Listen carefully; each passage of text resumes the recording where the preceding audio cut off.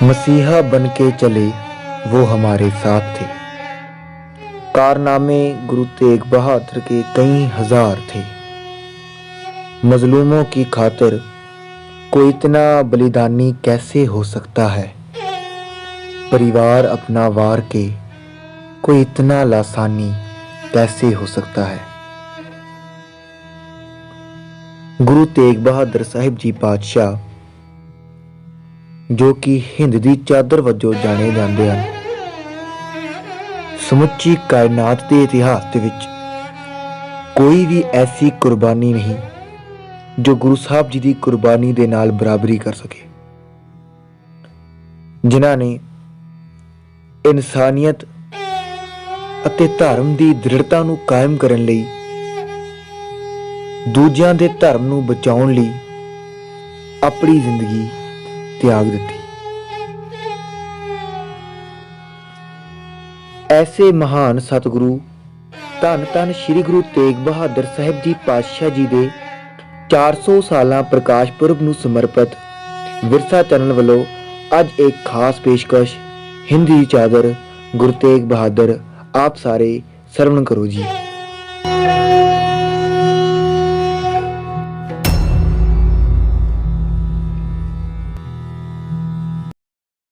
गुरु साहिब का जन्म सन 1621 विच गुरु के महल अमृतसर विखे होया।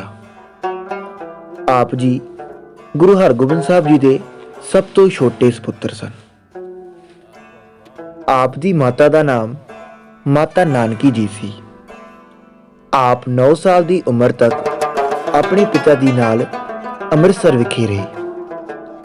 मुड़ तो ही आप संत स्वरूप डूंगे विचारवान, दलेर, निरभै ते त्यागी सुभाव दे मालक सन।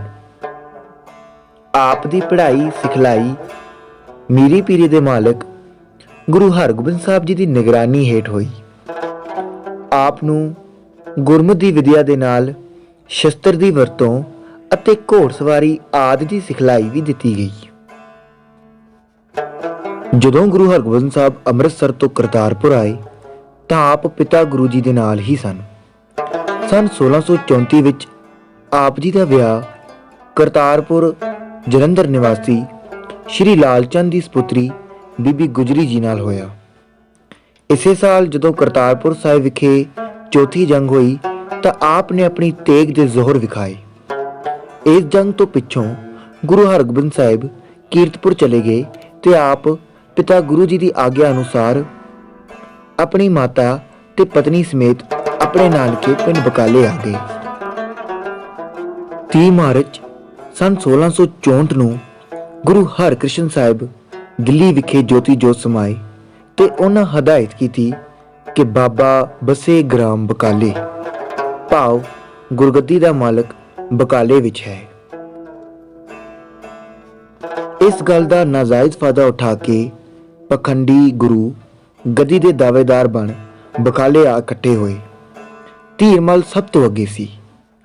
इन्हां पखंडी गुरुआं ने अपनियां दुकानां चमकाउणियां शुरू कीतियां। भोले लोग टपला भी खाण लगे। अखीर गुरु साहब दे श्रद्धालु सिख मक्खण शाह लुभाणा टांडा जिला जहलम दा वसनीक बकाले आया। वो अपने नाल दसवंध दी रकम 500 मोहरा लेके आया सी। अगे कई पखंडी गुरु बन वेखे हर एक अगे 2-2 मोहरा रखियां ते परख लिया कि सब बराउंडी ते दंभी हन। फिर गुरु तेग बहादुर साहब दे निवास स्थान ते गया। उत्थे भी 2 मोहरा रखियां पर अंतर्यामी सच्चे गुरु ने पूरा दसवंध 500 मोहरा देने का चिता करवाया। इस तरह मक्खण शाह ने सच्चे गुरु ने लभ ही लिया ते कोटे ते चढ़ के होका दिता कि गुरु लादो रे, गुरु लादो रे। जदों संगतां नूं असलीयत दा पता लगा तां संगतां पखंडियां नूं छड्ड सच्चे गुरु दी शरण आ गईयां। बाबा धीरमल इह गल ना सहार सकिया। उसने शीहे मसंद नूं लालच दे के गुरु तेग बहादुर साहब जी उपर गोली चलवाई, पर शुक्र अकाल पुरख दा गुरु जी वाल वाल बच गए।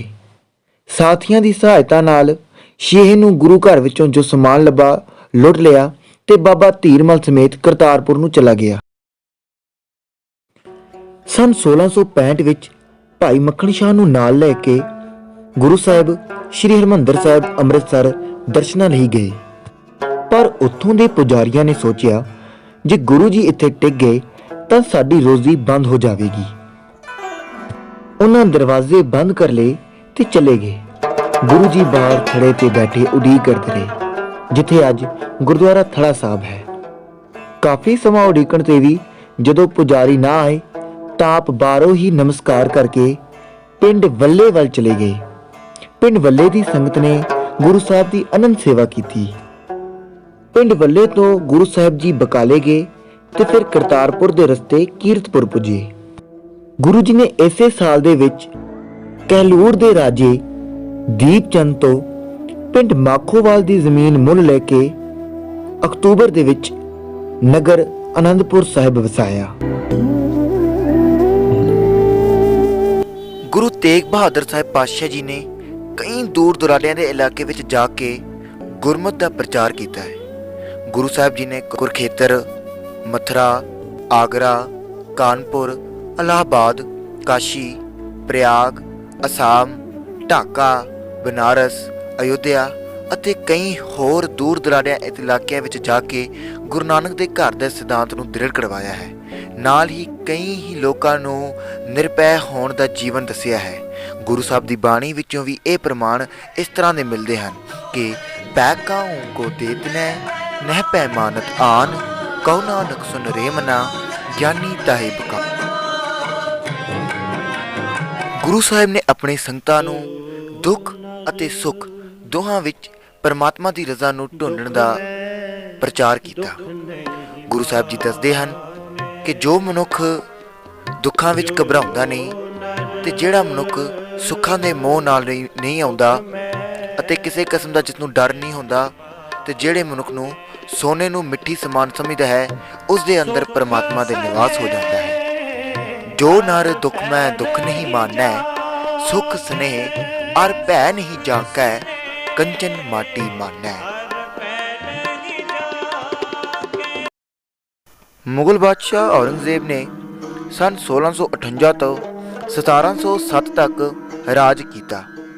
ਦੌਲਤ ਅਤੇ ਤਾਕਤ ਹਾਸਲ ਕਰਨ ਲਈ ਉਸਨੇ ਆਪਣੇ ਪਿਓ ਸ਼ਾਹਜਹਾਨ ਨੂੰ ਕੈਦ ਕੀਤਾ ਅਤੇ ਇੱਥੋਂ ਤੱਕ ਕਿ ਆਪਣੇ ਸਕੇ ਭਰਾਵਾਂ ਨੂੰ ਕਤਲ ਕਰ ਦਿੱਤਾ। ਉਹ ਹਿੰਦੁਸਤਾਨ ਵਿੱਚ ਸ਼ਰੀਅਤ ਨਾਫਿਜ਼ ਕਰਵਾ ਕੇ ਸਭ ਨੂੰ ਇਸਲਾਮ ਧਰਮ ਵਿੱਚ ਲਿਆਉਣਾ ਚਾਹੁੰਦਾ ਸੀ। ਉਸਨੇ ਕਈ ਹਿੰਦੂ ਤੀਰਥਾਂ ਨੂੰ ਤੋੜ ਦਿੱਤਾ ਤੇ ਨਾਲ ਹੀ ਉਸਨੇ ਕਈ ਤਰ੍ਹਾਂ ਦੇ ਟੈਕਸ ਵੀ ਹਿੰਦੂਆਂ ਉੱਪਰ ਥੋਪ ਦਿੱਤੇ। ਉਹ ਚਾਹੁੰਦਾ ਸੀ ਕਿ ਹਿੰਦੂ ਆਪਣਾ ਜਨੇਊ ਅਤੇ ਤਿਲਕ ਉਤਾਰ ਕੇ ਇਸਲਾਮ ਕਬੂਲ ਕਰ ਲੈਣ ਤੇ ਜੋ ਨਹੀਂ ਮੰਨਦਾ ਸੀ ਉਹਨਾਂ ਨੂੰ ਉਹ ਕਤਲ ਕਰ ਦਿੱਤਾ ਜਾਂਦਾ ਸੀ। ਤੇ ਇਹੋ ਜਿਹਾ ਜ਼ੁਲਮੀ ਤਸ਼ੱਦਦ ਕਸ਼ਮੀਰ ਦੀ ਧਰਤੀ ਤੇ ਵੀ ਹੋ ਰਿਹਾ ਸੀ।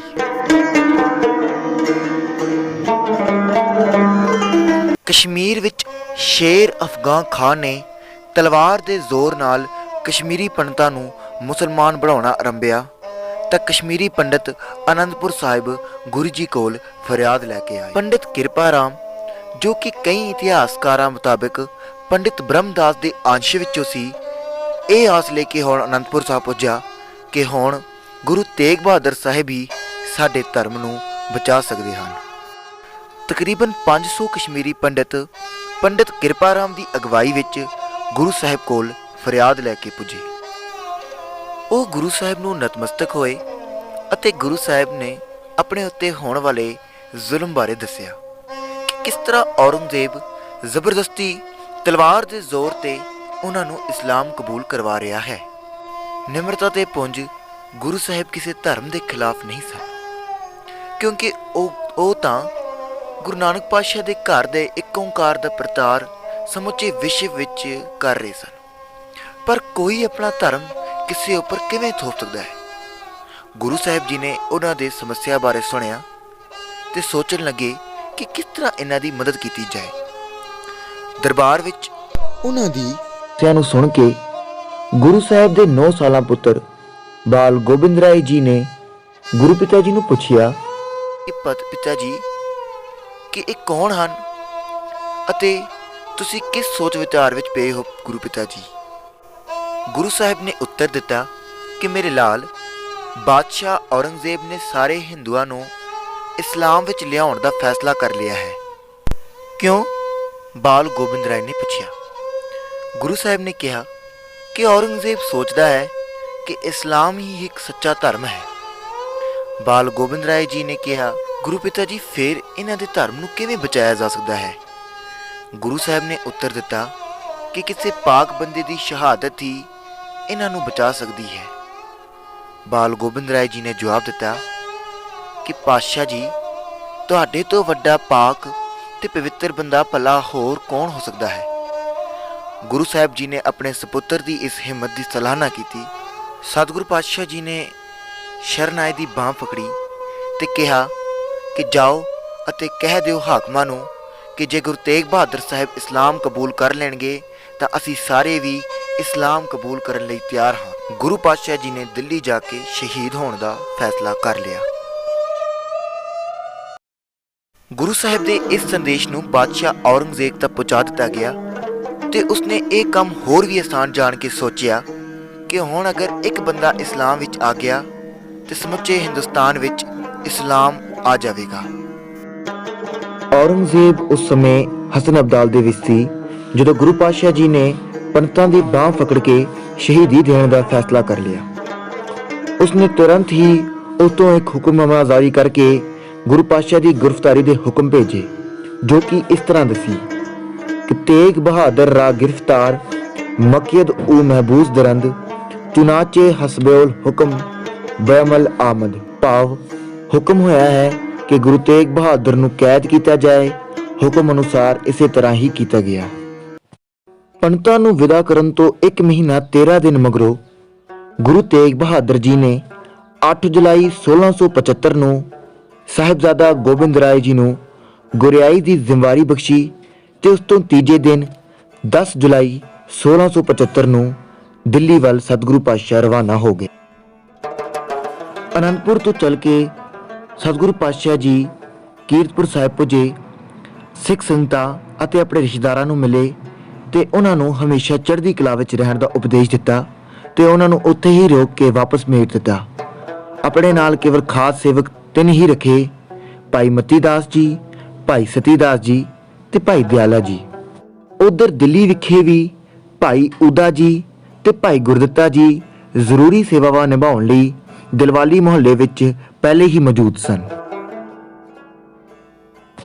ਉਸ ਤੋਂ ਬਾਅਦ ਸਤਿਗੁਰੂ ਪਾਤਸ਼ਾਹ ਫੈਜ਼ਾਬਾਦ, ਸਮਾਣਾ, ਕੈਥਲ, ਲੱਖਣ, ਮਾਜਰਾ, ਰੋਹਤਕ ਆਦਿ ਥਾਵਾਂ ਤੇ ਸਹਿਮੀ ਹੋਈ ਹਿੰਦੂ ਜਨਤਾ ਵਿੱਚ ਨਾ ਕਿਸੇ ਤੋਂ ਡਰੋ ਤੇ ਨਾ ਕਿਸੇ ਨੂੰ ਡਰਾਓ ਦਾ ਪ੍ਰਚਾਰ ਕਰਦੇ ਹੋਏ ਆਗਰੇ ਪੁੱਜੇ। ਆਪ ਦੇ ਪ੍ਰਚਾਰ ਨੇ ਲੋਕਾਂ ਵਿੱਚ ਜਾਗਰਤੀ ਲਿਆਂਦੀ। ਲੋਕਾਂ ਵਿੱਚ ਜ਼ੁਲਮ ਵਿਰੁੱਧ ਡਟ ਜਾਣ ਦਾ ਬਲ ਤੇ ਉਤਸ਼ਾਹ ਆਇਆ। ਇਸ ਗੱਲ ਦੀ ਰਿਪੋਰਟ ਔਰੰਗਜ਼ੇਬ ਪਾਸ ਹਸਨ ਅਬਦਾਲ ਪੁੱਜੀ ਤੇ ਉਸਨੇ ਗੁਰੂ ਜੀ ਨੂੰ ਗ੍ਰਿਫਤਾਰ ਕਰਨ ਦੇ ਹੁਕਮ ਜਾਰੀ ਕੀਤੇ। ਆਗਰੇ ਤੋਂ ਗੁਰੂ ਜੀ 3 ਸਿੱਖਾਂ ਭਾਈ ਮਤੀ ਦਾਸ ਜੀ, ਭਾਈ ਸਤੀ ਦਾਸ ਜੀ ਤੇ ਭਾਈ ਦਿਆਲਾ ਜੀ ਸਮੇਤ ਗ੍ਰਿਫਤਾਰ ਕਰਕੇ ਦਿੱਲੀ ਲਿਆਂਦੇ ਗਏ। ਇਤਿਹਾਸਕਾਰ ਦੱਸਦੇ ਹਨ ਕਿ ਕੋਤਵਾਲ ਨੇ ਉਸ ਸਮੇਂ ਤਕਰੀਬਨ 10,000 ਸੈਨਿਕ ਭੇਜ ਕੇ ਗੁਰੂ ਸਾਹਿਬ ਨੂੰ ਗ੍ਰਿਫਤਾਰ ਕੀਤਾ ਤਾਂ ਜੋ ਗ੍ਰਿਫਤਾਰੀ ਦੇਣ ਸਮੇਂ ਕੋਈ ਵੀ ਔਕੜ ਸੰਤਾਂ ਪ੍ਰਤੀ ਦਾ ਰੋਸ ਉਸ ਸਮੇਂ ਨਾ ਆਵੇ। ਦਿੱਲੀ ਪੁੱਜ ਕੇ ਗੁਰੂ ਸਾਹਿਬ ਜੀ ਨੂੰ ਇੱਕ ਐਸੇ ਪਿੰਜਰੇ ਵਿੱਚ ਕੈਦ ਕੀਤਾ ਗਿਆ ਜਿਸ ਵਿੱਚ ਬਹਿਣਾ ਤੇ ਉੱਠਣਾ ਦੋਹਾਂ ਹੀ ਬਹੁਤ ਮੁਸ਼ਕਿਲ ਸੀ। ਗੁਰੂ ਸਾਹਿਬ ਜੀ ਪਰਮਾਤਮਾ ਦੇ ਨਾਮ ਦੇ ਵਿੱਚ ਹਮੇਸ਼ਾ ਤਤਪਰ ਰਹੇ ਅਤੇ ਪਰਮਾਤਮਾ ਦੇ ਭਾਣੇ ਨੂੰ ਮਿੱਠਾ ਕਰਨ ਦੀ ਪ੍ਰੇਰਨਾ ਸਾਰਿਆਂ ਨੂੰ ਦਿੰਦੇ ਰਹੇ। 4 ਨਵੰਬਰ 1675 ਨੂੰ ਗੁਰੂ ਸਾਹਿਬ ਤੋਂ ਪਹਿਲੀ ਪੇਸ਼ੀ ਔਰੰਗਜ਼ੇਬ ਦੇ ਉਸ ਦੇ ਵਜ਼ੀਰਾਂ ਦੇ ਸਾਹਮਣੇ ਕੀਤੀ ਗਈ। ਔਰੰਗਜ਼ੇਬ ਦੇ ਵਜ਼ੀਰਾਂ ਅਤੇ ਕਾਜ਼ੀਆਂ ਨੇ ਗੁਰੂ ਸਾਹਿਬ ਨੂੰ ਬਹੁਤ ਡਰਾਵੇ ਦਿੱਤੇ ਅਤੇ ਬਹੁਤ ਲਾਲਚ ਦਿੱਤੇ ਤੇ ਕਿਹਾ ਕਿ ਇਸਲਾਮ ਕਬੂਲ ਕਰੋ ਨਹੀਂ ਤਾਂ ਮੌਤ ਦੇ ਘਾਟ ਉਤਾਰ ਦਿੱਤੇ ਜਾਵੋਗੇ। ਕਾਜ਼ੀ ਅਬਦੁਲ ਵਹਾਬ ਵੋਰਾ ਨੇ ਗੁਰੂ ਸਾਹਿਬ ਨੂੰ ਬਹੁਤ ਲਾਲਚ ਦੇ ਕੇ ਇੱਕ ਕੋਸ਼ਿਸ਼ ਕੀਤੀ ਕਿ ਕਿਸ ਤਰ੍ਹਾਂ ਗੁਰੂ ਸਾਹਿਬ ਜੀ ਨੂੰ ਇਸਲਾਮ ਦੇ ਵਿੱਚ ਲਿਆਇਆ ਜਾਵੇ। ਕਾਜ਼ੀ ਨੇ ਗੁਰੂ ਸਾਹਿਬ ਸਾਹਮਣੇ 3 ਸ਼ਰਤਾਂ ਰੱਖੀਆਂ। ਗੁਰੂ ਤੇਗ ਬਹਾਦਰ ਸਾਹਿਬ ਜੀ ਨੂੰ ਪਹਿਲੀ ਗੱਲ ਇਹ ਕਹੀਗੀ ਕਿ ਉਹ ਇਸਲਾਮ ਕਬੂਲ ਕਰਨ। ਜੇ ਉਹ ਇਹ ਨਹੀਂ ਮੰਨਦੇ ਤਾਂ ਕਰਾਮਾਤ ਵਿਖਾਉਣ ਨਹੀਂ ਤਾਂ ਸੀਸ ਦੇਣ ਲਈ ਤਿਆਰ ਹੋ ਜਾਣ। ਗੁਰੂ ਪਾਤਸ਼ਾਹ ਜੀ ਨੇ ਕਿਹਾ ਕਿ ਧਰਮ ਛੱਡਣ ਦਾ ਤਾਂ ਸਵਾਲ ਹੀ ਪੈਦਾ ਨਹੀਂ ਹੁੰਦਾ। ਕਰਾਮਾਤ ਦਿਖਾਉਣਾ ਪ੍ਰਭੂ ਦੇ ਸੇਵਕਾਂ ਨੂੰ ਸ਼ੋਭਦਾ ਨਹੀਂ, ਤੇ ਸੀਸ ਦੇਣ ਲਈ ਅਸੀਂ ਤਿਆਰ ਹਾਂ, ਕਿਉਂਕਿ ਸੀਸ ਦੇਣ ਲਈ ਹੀ ਤਾਂ ਆਏ ਹਾਂ ਅਸੀਂ। ਇਸ ਤਰ੍ਹਾਂ ਹੀ ਗੁਰੂ ਤੇਗ ਬਹਾਦਰ ਸਾਹਿਬ ਜੀ ਨੂੰ ਡਰਾਉਣ ਦੀ ਖਾਤਰ ਉਹਨਾਂ ਦੇ ਗੁਰਸਿੱਖਾਂ, ਜਿਨ੍ਹਾਂ ਵਿੱਚੋਂ ਪਹਿਲਾਂ ਭਾਈ ਮਤੀ ਦਾਸ ਜੀ ਨੂੰ ਧਰਮ ਛੱਡਣ ਤੋਂ ਨਾ ਕਰਨ 'ਤੇ ਉਹਨਾਂ ਦੇ ਸਾਹਮਣੇ ਆਰੇ ਨਾਲ ਚੀਰ ਕੇ 2 ਫਾੜ ਕੀਤਾ ਗਿਆ। ਭਾਈ ਸਾਹਿਬ ਜੀ ਦੀ ਕੁਰਬਾਨੀ ਇੱਕ ਲਾਸਾਨੀ ਕੁਰਬਾਨੀ ਹੈ, ਜਿਨ੍ਹਾਂ ਨੇ 2 ਫਾੜ ਹੁੰਦਿਆਂ ਵੀ ਪਰਮਾਤਮਾ ਦੀ ਰਜ਼ਾ ਵਿੱਚ ਜੁੜ ਕੇ ਦਿਖਾਇਆ। ਉਪਰੰਤ ਭਾਈ ਦਿਆਲਾ ਜੀ ਨੂੰ ਦੇਗ ਵਿੱਚ ਉਬਾਲ ਕੇ ਸ਼ਹੀਦ ਕੀਤਾ ਗਿਆ, ਤੇ ਭਾਈ ਸਤੀ ਦਾਸ ਜੀ ਨੂੰ ਵੀ ਇਸੇ ਕਾਰਨ ਰੂਹ ਵਿੱਚ ਲਪੇਟ ਕੇ ਜਿਉਂਦਾ ਸਾੜ ਦਿੱਤਾ ਗਿਆ। ਨਿਮਰਤਾ ਦੇ ਪੁੰਜ ਸਰਵ ਸ਼ਕਤੀਮਾਨ ਧੰਨ ਧੰਨ ਸ਼੍ਰੀ ਗੁਰੂ ਤੇਗ ਬਹਾਦਰ ਸਾਹਿਬ ਜੀ ਪਾਤਸ਼ਾਹ ਅਡੋਲ ਇੱਕ ਮਨ ਇੱਕ ਚਿੱਤ ਹੋ ਕੇ ਪਰਮਾਤਮਾ ਦੀ ਬੰਦਗੀ ਵਿੱਚ ਜੁੜੇ ਰਹੇ।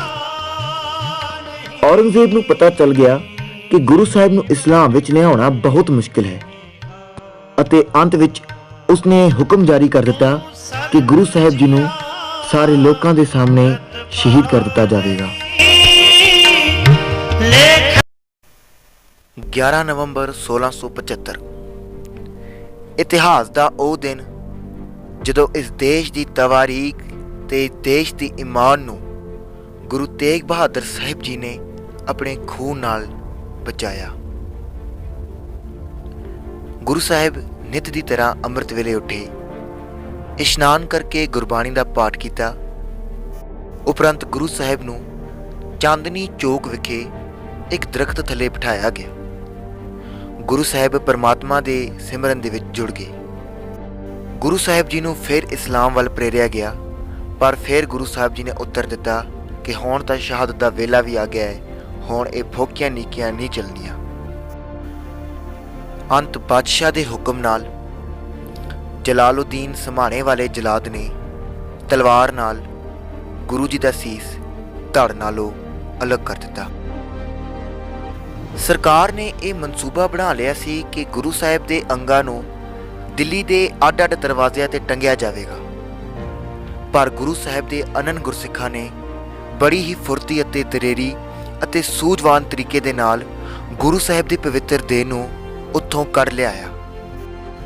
ਗੁਰੂ ਸਾਹਿਬ ਦੀ ਸ਼ਹਾਦਤ ਮਗਰੋਂ ਸਾਰੇ ਲੋਕ ਹਾਏ ਹਾਏ ਕਰਦੇ ਅਤੇ ਕਈ ਜ਼ਾਲਮ ਖਿੜਖੜਾ ਕੇ ਹੱਸਦੇ। ਕੁਦਰਤ ਨੇ ਵੀ ਆਪਣਾ ਕਰਿਸ਼ਮਾ ਦਿਖਾਇਆ ਤੇ ਉਹ ਸਾਰੀ ਜਗ੍ਹਾ ਤੇ ਮਾਨੋ ਇੱਕ ਤੂਫਾਨ ਹੀ ਆ ਗਿਆ। ਐਸਾ ਲੱਗ ਰਿਹਾ ਸੀ ਕਿ ਕੁਦਰਤ ਵੀ ਮਹਾਂਪੁਰਸ਼ਾਂ ਦੇ ਖੂਨ ਨੂੰ ਦੇਖ ਕੇ ਰੋਣ ਲੱਗ ਪਈ। ਐਸੀ ਹੀ ਹਫੜਾ ਦਫੜੀ ਦੇ ਵਿੱਚ ਗੁਰੂ ਸਾਹਿਬ ਦੇ ਸਿੱਖ ਭਾਈ ਜੇਤਾ ਜੀ ਨੇ ਗੁਰੂ ਸਾਹਿਬ ਦੇ ਸੀਸ ਨੂੰ ਸਤਿਕਾਰ ਨਾਲ ਉੱਤੋਂ ਚੁੱਕਿਆ ਅਤੇ ਆਪਣੇ ਸੰਗੀ ਸਾਥੀ ਭਾਈ ਨਾਨੂ ਜੀ, ਭਾਈ ਉਦੇ ਜੀ ਨੂੰ ਨਾਲ ਲੈ ਕੇ ਸੀਸ ਕੀਰਤਪੁਰ ਸਾਹਿਬ ਪਹੁੰਚਾਇਆ, ਤੇ ਮਗਰੋਂ ਇਹ ਸੰਦੇਸ਼ ਗੁਰੂ ਸਾਹਿਬ ਦੇ ਪਰਿਵਾਰ ਨੂੰ ਦੇ ਕੇ ਉਹਨਾਂ ਨੂੰ ਗੁਰੂ ਸਾਹਿਬ ਜੀ ਦੇ ਪਵਿੱਤਰ ਸੀਸ ਦੇ ਦਰਸ਼ਨ ਕਰਵਾਏ।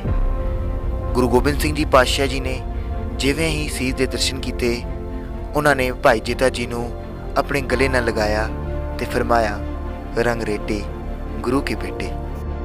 ਤੇ ਉਪਰੰਤ ਗੁਰੂ ਸਾਹਿਬ ਦੀ ਪਵਿੱਤਰ ਸੀਸ ਦਾ ਸੰਸਕਾਰ ਕੀਤਾ ਗਿਆ, ਜਿੱਥੇ ਅੱਜ ਗੁਰਦੁਆਰਾ ਸੀਸਗੰਜ ਸਾਹਿਬ ਅਨੰਦਪੁਰ ਸਾਹਿਬ ਸੁਸ਼ੋਭਿਤ ਹੈ। ਇੱਕ ਹੋਰ ਸਿੱਖ ਭਾਈ ਲੱਖੀ ਸ਼ਾਹ ਜੀ ਨੇ ਤੇ ਉਸ ਦੇ ਪੁੱਤਰ ਨੇ ਆਪਣੇ ਗੱਡੇ ਲੈ ਕੇ ਲਾਲ ਕਿਲੇ ਵਿੱਚੋਂ ਚੂਨਾ ਕਲੀ ਸੁੱਟ ਕੇ ਚਾਂਦਨੀ ਝੋਕ ਵਿੱਚੋਂ ਲੰਘਿਆ।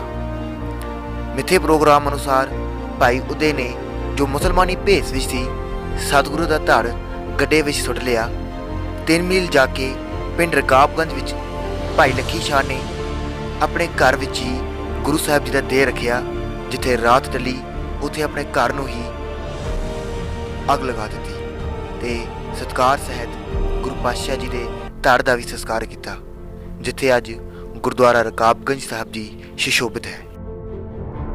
ਇਸ ਸਾਰੇ ਪ੍ਰਸੰਗ ਨੂੰ ਉਸ ਸਮੇਂ ਦੇ ਇੱਕ ਬਹੁਤ ਹੀ ਉੱਚੇ ਗਾਇਕ ਕੈਸੋ ਭੱਟ ਨੇ ਆਪਣੇ ਲਫ਼ਜ਼ਾਂ ਦੇ ਵਿੱਚ ਇਸ ਤਰ੍ਹਾਂ ਬਿਆਨ ਕੀਤਾ ਹੈ ਕਿ ਚਲੋ ਚਲੀ ਹੋ ਰਹੀ ਘਰ ਘਰ ਬਰਸੇ ਮੇਘ, ਲੱਖੀ ਨਗਾਹੀ ਲੈ ਗਈ ਤੂੰ ਖੜਾ ਤਮਾਸ਼ਾ ਦੇਖ। ਇੱਧਰੋਂ ਮੁਗਲ ਸੈਨਿਕ ਤੇ ਵਜ਼ੀਰ ਇਸ ਭਾਂਬੜ ਪੂਜੇ ਦੇ ਵਿੱਚ ਫਸ ਗਏ ਕਿ ਗੁਰੂ ਸਾਹਿਬ ਦਾ ਸੀਸ ਤੇ ਸਰੀਰ ਆਖਿਰ ਕਿੱਥੇ ਗਏ। ਤੇ ਗੁਰੂ ਸਾਹਿਬ ਜੀ ਦੇ ਅਨੰਨ ਗੁਰਸਿੱਖਾਂ ਨੇ ਪੂਰੀ ਸ਼ਰਧਾ ਅਤੇ ਸਤਿਕਾਰ ਦੇ ਨਾਲ ਗੁਰੂ ਸਾਹਿਬ ਜੀ ਦੀ ਪਵਿੱਤਰ ਦੇਹ ਦਾ ਅੰਤਿਮ ਸੰਸਕਾਰ ਕੀਤਾ। ਗੁਰੂ ਸਾਹਿਬ ਜੀ ਦੇ ਇਸ ਬਲਿਦਾਨ ਦੇ ਕਰਕੇ ਹੀ ਲੋਕਾਂ ਦੇ ਵਿੱਚ ਇੱਕ ਨਵੀਂ ਜਾਗਰੂਕਤੀ ਪੈਦਾ ਹੋਈ ਤੇ ਇਸ ਬਲਿਦਾਨ ਦੇ ਸਦਕਾ ਹੀ ਅੱਜ ਲੋਕ ਧਾਰਮਿਕ ਆਜ਼ਾਦੀ ਦੇ ਮਾਣ ਵਿੱਚ ਆਪਣੀ ਜ਼ਿੰਦਗੀ ਬਤੀਤ ਕਰ ਰਹੇ ਹਨ। ਇਸੇ ਕਰਕੇ ਗੁਰੂ ਪਾਤਸ਼ਾਹ ਜੀ ਨੂੰ ਕਹਿੰਦੇ ਹਨ ਕਿ ਗੁਰੂ ਤੇਗ ਬਹਾਦਰ ਹਿੰਦ ਦੀ ਚਾਦਰ। ਗੁਰੂ ਸਾਹਿਬ ਜੀ ਦੀ ਇਹ ਸ਼ਹਾਦਤ ਦੇ ਸਦਕਾ ਹੀ ਸੀ ਕਿ ਮੁਗਲ ਰਾਜ ਦਾ ਦੀਵਾ ਬੁਝ ਗਿਆ ਤੇ ਇੱਕ ਨਵੇਂ ਤੇ ਉਮਦੇ ਰਾਜ ਦੀ ਇੱਕ ਨੀਂਹ ਪੱਥਰ ਦਾ ਸਥਾਪਨਾ ਇਸ ਸ਼ਹਾਦਤ ਦੇ ਕਰਕੇ ਹੋਈ। ਗੁਰੂ ਸਾਹਿਬ ਜੀ ਤੋਂ ਬਾਅਦ ਧੰਨ ਧੰਨ ਸ਼੍ਰੀ ਗੁਰੂ ਗੋਬਿੰਦ ਸਿੰਘ ਜੀ ਪਾਤਸ਼ਾਹ ਜੀ ਨੇ ਸਿੱਖ ਪੰਥ ਨੂੰ ਇੱਕ ਨਵੀਂ ਸੂਰਤ ਦੇ ਕੇ ਸੰਤ ਅਤੇ ਸਿਪਾਹੀ ਵੱਲ ਦੀ ਵਰਤੀ ਦਿੱਤੀ, ਜਿਸ ਕਰਕੇ ਹੀ ਖਾਲਸੇ ਨੇ ਸਮੁੱਚੇ ਵਿਸ਼ਵ ਦੇ ਵਿੱਚ ਇੱਕ ਨਵੀਂ ਪਹਿਚਾਣ ਬਣਾਈ। ਤੇ ਉਸ ਤਰ੍ਹਾਂ ਹੀ ਖਾਲਸੇ ਨੇ ਕਈ ਵਾਰ ਇਸੇ ਲਾਲ ਕਿਲੇ ਨੂੰ, ਜਿਸ ਲਾਲ ਕਿਲੇ ਤੇ ਹੀ ਗੁਰੂ ਸਾਹਿਬ ਜੀ ਨੂੰ ਸ਼ਹੀਦ ਕੀਤਾ ਗਿਆ ਸੀ, ਇਸ ਲਾਲ ਕਿਲੇ ਨੂੰ ਫਤਿਹ ਵੀ ਕੀਤਾ ਹੈ ਤੇ ਇਸ ਤੇ ਖਾਲਸਾ ਰਾਜ ਦੀ ਸਥਾਪਨਾ ਵੀ ਕੀਤੀ ਹੈ। ਅੱਜ ਲੋੜ ਹੈ ਕਿ ਗੁਰੂ ਸਾਹਿਬ ਜੀ ਦੀ ਸ਼ਹਾਦਤ ਤੋਂ ਪ੍ਰੇਰਣਾ ਲੈ ਕੇ ਗੁਰਬਾਣੀ ਅਤੇ ਪ੍ਰਭੂ ਪਰਮਾਤਮਾ ਦੇ ਰਜ਼ਾ ਨੂੰ ਆਪਣੇ ਅੰਦਰ ਵਸਾਈਏ ਤੇ ਨਾਲ ਹੀ ਧਰਮ ਦੇ ਪ੍ਰਤੀ ਜਾਗਰੂਕ ਹੋ ਕੇ ਧਰਮ ਪ੍ਰਚਾਰ ਵਿੱਚ ਆਪਣਾ ਯੋਗਦਾਨ ਦਈਏ ਜੀ। ਜੇਕਰ ਆਪ ਜੀ ਨੂੰ ਵੀਡੀਓ ਇਹ ਚੰਗੀ ਲੱਗੀ ਤਾਂ ਥੱਲੇ ਸਬਸਕ੍ਰਾਈਬ ਦਾ ਬਟਨ ਦਬਾ ਕੇ ਤੇ ਨਾਲ ਹੀ